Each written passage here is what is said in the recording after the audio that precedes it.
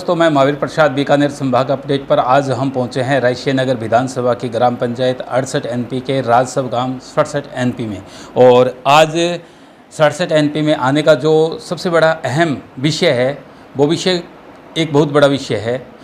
केंद्र सरकार की अगर बात करें तो प्रधानमंत्री नरेंद्र मोदी ने जिस तरह से पूरे भारत को स्वच्छ भारत अभियान के तहत एक बहुत बड़ी मुहिम की शुरुआत की है कि पूरे प्रत्येक भारत का गांव साफ़ सुथरा हो। लेकिन 67 एनपी में जैसे ही हम इस गांव में एंट्री करते हैं तो यहाँ ग्रामीणों द्वारा जगह जगह अतिक्रमण और जगह जगह सरकारी जो विद्यालय है उनकी जो बिल्डिंग है, उनकी जो दीवारें हैं, उन पर भी अपने दीवारें बनाकर अपने घर डाल लिए हैं। ऐसे ही गांव में आए हुए हैं और इस गांव में युवा ग्रामीण हमारे बीच में हैं। सर, पहले तो आपका पूरा नाम? जयलाल लीडिया। जयलाल जी हमारे बीच में है। जयलाल जी ने इस मुद्दे को बड़े ही प्रमुखता से उठाया है। अधिकारियों से भी बार बार ये मिल रहे हैं, प्रशासन से भी इन्होंने अपनी समस्या को अवगत करवाया है। अभी जिला कलेक्टर से भी मिलेंगे। तमाम जो इस गांव की समस्या है, चाहे वो स्वच्छ भारत की मुहिम के तहत एक साफ़ सुथरा गांव हो या फिर गंदे पानी की निकासी की समस्या हो, प्रत्येक जो निकासी है उनको लेकर ये गांव की एक बहुत शानदार मुहिम को लेकर आए हैं। लीजिए जी, पहले आपका बहुत बहुत स्वागत है। नमस्कार जी। अच्छा, बात करें कि इस गांव की समस्या को लेकर, कब से ये गांव की समस्या है, क्या क्या समस्या है इस गांव में? इस गांव में काफ़ी टाइम की समस्या है। लोगों ने गलियों में अवैध कब्जे कर रखे हैं। जो हमारी पिछली वाली पानी वाली खाला जाता है, वो खाले पे लोगों ने पानी की पाइपें लगा के खाले में डाल रखी है। वो पानी हम पीते हैं, हम खेतों में। वो पानी इतना ख़राब है कि पीने के लायक नहीं है। उससे अलावा हमारे गांव में स्कूल है, स्कूल की दीवारों पर लोगों ने कब्जे कर रखे हैं। उसके बाद आयुर्वेदिक है, आयुर्वेदिक पे लोगों ने कब्जे कर रखे हैं। उसके बाद गांव की जो चारों तरफ की जो फिरनी है वो उस पर लोगों ने कब्जा कर रखा है जी। अच्छा, जो गांव में हमारे गांव में सरपंच ने 100 खड्डे दिए थे, हमारे गांव में खड्डा एक भी नहीं है। अच्छा, क्या पता सरपंच के पैसे कहीं लगा दिए या गांव वाले पैसे खा के खड्डा एक ही नहीं। प्रशासन आके चेक कर सकता है हमारा गांव। अच्छा, सरपंच को मैंने बोल दिया है, सेक्रेटरी साहब को बोल दिया, सेक्रेटरी साहब है सर्वे करके चल गए। उसके बाद कोई सुनवाई नहीं है गांव। अच्छा जयलाल जी, जिस तरह से हमने भी आपके पूरे गांव का विजिट किया है, हमने देखा है गांव की चारों जो फिरनी होती है, एक तरफ तो 22 फुट की जो सड़क है, एक तरफ जो 38 फुट की सड़क है। उन सड़कों पर जैसे रोड़ी होगी, पशुओं को बांध दिया, ट्रैक्टर के जो कृषि यंत्र है वो भी पड़े रहते हैं। एक ट्रैक्टर अगर उस रास्ते से जाए तो वो जा नहीं सकते हैं।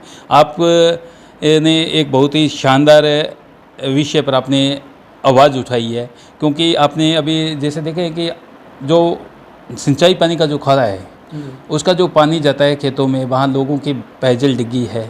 और जब इस गांव को पानी की आवश्यकता पड़ती है तो कहीं ना कहीं इस गांव वाले भी वहीं से पानी लेकर आते हैं।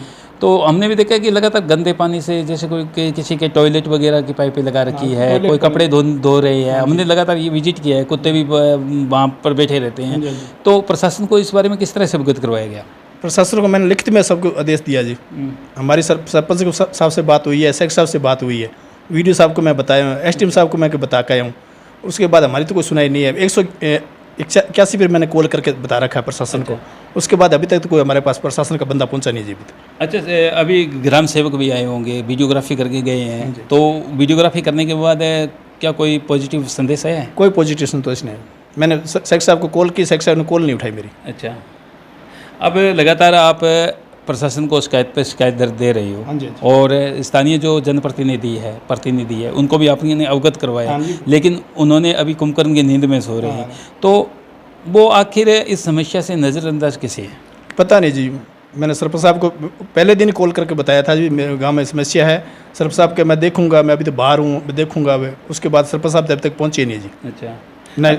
अच्छा जयलाल जी, एक और है कि ऑडियंस हमें देख रही है और ऑडियंस भी आजकल लगातार जब वीडियोज़ आ रहे हैं कि प्रत्येक ग्राम पंचायतों के वीडियोज़ आ रहे हैं, प्रत्येक ग्राम पंचायतों में बहुत ही जो ज्वलंत मुद्दे हैं उनको भी उठाया जा रहा है। तो जो ऑडियंस है वो भी सोचती है कि कहीं जयलाल लीडिया कहीं आने वाले 2026 के पंचायती राज चुनावों में तो नहीं दिखेंगे। नहीं जी, हम सरपंच जी ज़िंदगी में इलेक्शन नहीं लड़ेंगे।